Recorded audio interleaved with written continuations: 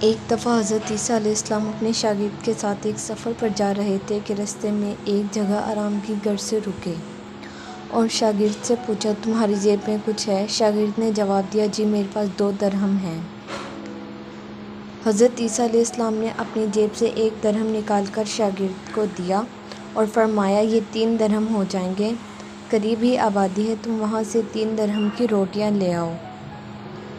شاگرد چلا گیا اور راستے میں واپس آتے ہوئے سوچنے لگا، حضرت عیسیٰ علیہ السلام نے تو 1 درہم دیا تھا اور 2 درہم میرے تھے، جبکہ روٹیاں 3 ہیں، ان میں سے آدھی روٹی حضرت عیسیٰ علیہ السلام کھائیں گے اور آدھی روٹی مجھے ملے گی، لہٰذا بہتر ہے کہ میں 1 روٹی پہلے ہی کھا لوں۔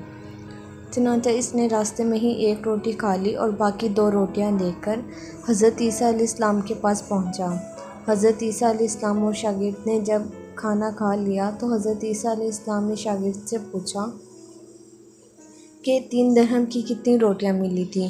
شاگرد نے جواب دیا، اے اللہ کے نبی، 2 روٹیاں ملی تھیں، ایک آپ نے کھائی ہے اور ایک میں نے کھائی ہے۔ حضرت عیسیٰ علیہ السلام خاموش ہو گئے، کچھ دیر کے بعد وہاں سے روانہ ہو گئے۔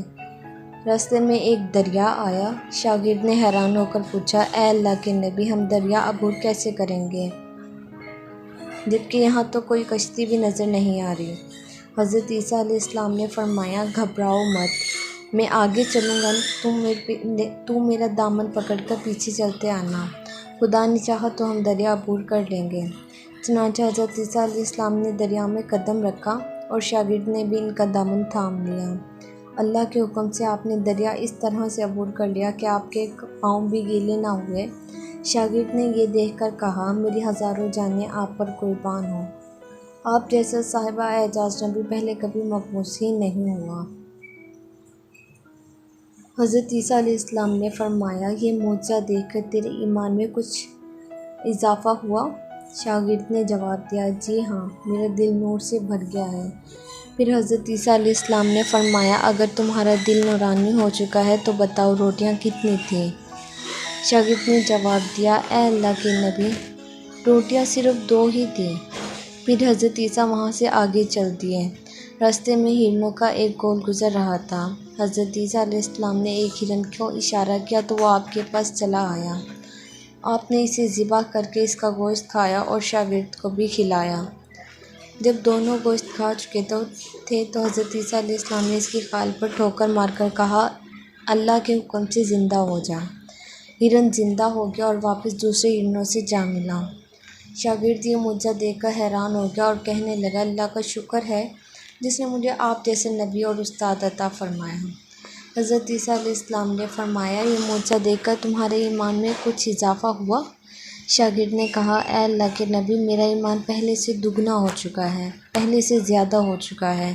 حضرت عیسیٰ علیہ السلام نے فرمایا، پھر بتاؤ روٹیاں کتنی تھیں؟ شاگرد نے پھر وہی جواب دیا، اے اللہ کے نبی، روٹیاں بس 2 ہی تھیں۔ عیسیٰ علیہ السلام پھر آگے کی جانب چل پڑے۔ ایک جگہ پر قیام کیا تو دیکھتے ہیں کہ ایک پہاڑی کے دامن میں سونے کی 3 اینٹیں پڑی ہیں۔